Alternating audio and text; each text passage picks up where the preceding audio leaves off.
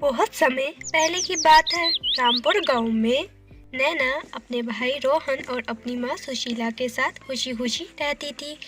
नैना के पिता का निधन हो गया था। उसके बाद रोहन ने पूरे घर का खर्चा उठा रखा था। नैना का भाई टैक्सी ड्राइवर था और उसकी माँ घर में रहकर ही काम करती थी। ऐसे ही दिन बीत रहे थे।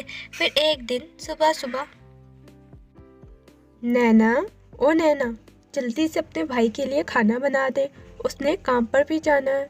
हाँ माँ, बस मैं नहाकर भैया के लिए नाश्ता बनाती हूँ। भैया तो अभी सो रहे हैं। अब क्या करे बेचारा, रात दिन टैक्सी चलाता है, तब जाकर इस घर का खर्चा पूरा होता है। थोड़ी देर बाद नैना का भाई जाग जाता है।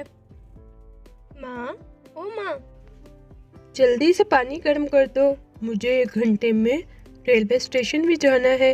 1 घंटे में ट्रेन आ जाएगी, वहाँ पर बहुत सारी सवारियाँ मिल जाएंगी। बेटा, मैंने पानी गर्म कर दिया है, जाकर नहा ले, तब तक नैना तेरे लिए नाश्ता बना देगी। माँ, तुम कितनी अच्छी हो, बिना बोले ही काम कर देती हो। अरे नहीं बेटा, तू भी तो दिन रात काम करता है। तेरे पिताजी के गुजर जाने के बाद तूने ही घर की सारी जिम्मेदारी संभाल रखी है। माँ, बस अब नैना की शादी हो जाए, फिर सारी टेंशन दूर हो जाएगी। इतनी देर में वहाँ पर नैना आ जाती है। क्या भैया, आप भी ना, मुझे नहीं करनी कोई शादी वादी। शादी में कितना सारा पैसा खर्च होता है, इतना सारा पैसा कहाँ से लाएंगे। इसकी चिंता आप मेरे पे छोड़ दो माँ, मैं अपनी प्यारी बहन के लिए कहीं से कर लूँगा। नैना मुंह लटकाकर किचन में भैया के लिए नाश्ता बनाने चली जाती है। माँ, मैंने नैना के लिए अच्छा सा लड़का ढूंढ रखा है, आज शाम को इसके घर जाकर बात कर लूँगा। तुझे जैसा ठीक लगे, अब सब कुछ तो तुझे ही करना होगा। नैना का भाई नाश्ता करके अपनी टैक्सी लेकर रेलवे स्टेशन पहुंच जाता है। दिन भर टैक्सी चलाने के बाद शाम होती है। नैना का भाई लड़कों वालों के घर जाता है। आंटी, मैं नैना का बड़ा भाई हूँ, उस दिन मैंने आपसे रिश्ते की बात की थी ना। आओ आओ बेटा, बैठो और सुनाओ, तुम्हारी माँ कैसी है। जी आंटी, सब ठीक है। मैं सोच रहा था कि अगर आप एक बार नैना को देखने हमारे घर आ जाती तो हम इसकी शादी कर देते। अरे बिल्कुल, हम लोग तो कल ही तुम्हारे घर लड़की देखने आएंगे। उसके बाद नैना का भाई वापस अपने घर आ जाता है। माँ, अरे माँ, जल्दी से बाहर आओ। अरे क्या हुआ बेटा, इतना क्यों चिल्ला रहा है। माँ, कल लड़के वाले नैना को देखने हमारे घर आएंगे। हो चुकी थी, सभी लोग खाना खाकर सो जाते हैं और अगली सुबह होते ही घर की तैयारियों में जुट जाते हैं।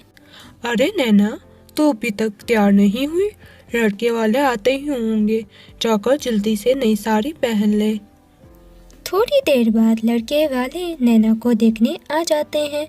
कुछ देर तक खाना पीना चलता रहता है। उसके बाद लड़के की माँ कहती है, हमें नैना जैसी सुंदर बहू ही चाहिए थी, अब वो भी मिल गई, तो अब अगले महीने ही शादी तय कर लेते हैं। पर समदन जी, दहेज? अरे कैसी बातें कर रही हैं? बहू नहीं बल्कि हमारी बेटी बनकर रहेगी। हमें तो बस बहू ही चाहिए थी, दहेज नहीं। इसके बाद रिश्ता तय हो जाता है और अगले महीने शादी की तारीख तय हो जाती है। धीरे धीरे समय गुजरता है और शादी से ठीक 3 दिन पहले नैना का भाई अपनी माँ से कहता है, माँ, मैंने लगभग सारी तैयारियां पूरी कर दी, मेरे पास पैसे खत्म हो गए हैं और नैना के लिए एक अच्छा सा लहंगा भी तो लेना है। समझ नहीं आ रही, नैना के लिए एक लहंगा कैसे खरीदूं? बेटा, हो सके तो किसी से उधार ले लो, बाद में लौटा देंगे। नैना का भाई बहुत सारे दोस्तों और रिश्तेदारों से पैसे उधार मांगता है, कोई भी उसे पैसे नहीं देता है। वो बहुत निराश हो जाता है और रात को अपनी टैक्सी लेकर अपने घर आ रहा होता है। तभी रास्ते में उसे एक बूढ़ी औरत दिखाई देती है। वो बूढ़ी औरत टैक्सी के पास पहुंचकर कहती है, बेटा, मेरे पास बिल्कुल भी पैसे नहीं हैं और मुझे बहुत दूर जाना है।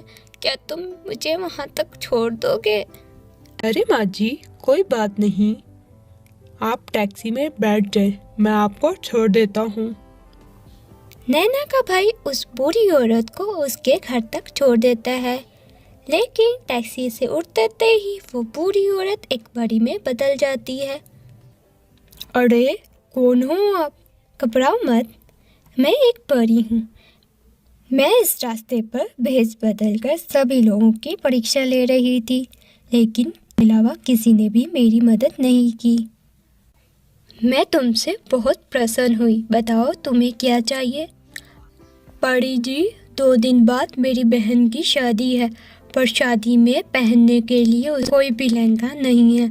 अगर आप मुझे एक लहंगा दे देती तो मेरे लिए बहुत ही अच्छा होता।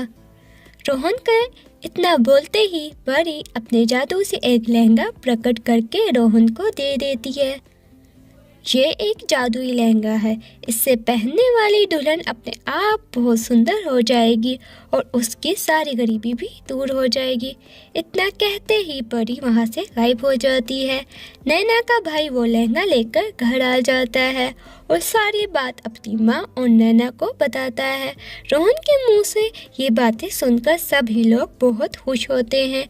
शादी के दिन नैना वो लहंगा पहन लेती है। जादुई लहंगा पहनते ही नैना बहुत ज़्यादा सुंदर हो जाती है और हाथों में सोने की चूड़ियाँ आ जाती हैं और सारा घर बहुत सुंदर सज जाता है। जादुई लहंगे के कारण तरह तरह की मिठाइयाँ और पकवान प्रकट हो जाते हैं। थोड़ी देर बाद बारात आ जाती है, शादी हो जाती है। नैना अपने ससुराल पहुंच जाती है। ससुराल में नैना को देखकर सभी लोग दंग रह जाते हैं, क्योंकि उससे ज़्यादा सुंदर दुल्हन और सुंदर लहंगा आज तक किसी ने नहीं देखा था। शादी के अगले दिन ससुराल में नैना उस जादुई लहंगे की मदद से बहुत ही स्वादिष्ट खाना बनाती है। वाह बेटा, इतना स्वादिष्ट खाना बनाया है, मैंने तक इतना स्वादिष्ट खाना कभी नहीं खाया, तुम्हारे हाथों में तो जादू है। उस दिन के बाद नैना उस जादुई लहंगे की मदद से घर का सारा काम आराम से करने लगती है। कुछ दिन ऐसे ही बीत जाते हैं और अब नैना ससुराल में सबकी लाडली बन गई थी, इसलिए नैना की जेठानी जलने लगी थी। एक दिन मौका लगते ही नैना की जेठानी नैना के कमरे में पहुंच जाती है। तो इसकी सभी साड़ी और सूट फाड़ देती हूँ, इसे मज़ा चखना ही होगा, सबकी लाडली बनती है ना। फिर सपना जैसे ही नैना की अलमारी खोलती है, उसे नैना का जादुई लहंगा दिखाई देता है। ये तो वही लहंगा है जो इसने अपनी शादी में पहना था। आज इसका खेल खत्म ही कर देती हूँ। नैना की जेठानी जैसे ही वो लहंगा उठाती है, उसे बहुत तेज करने लगता है।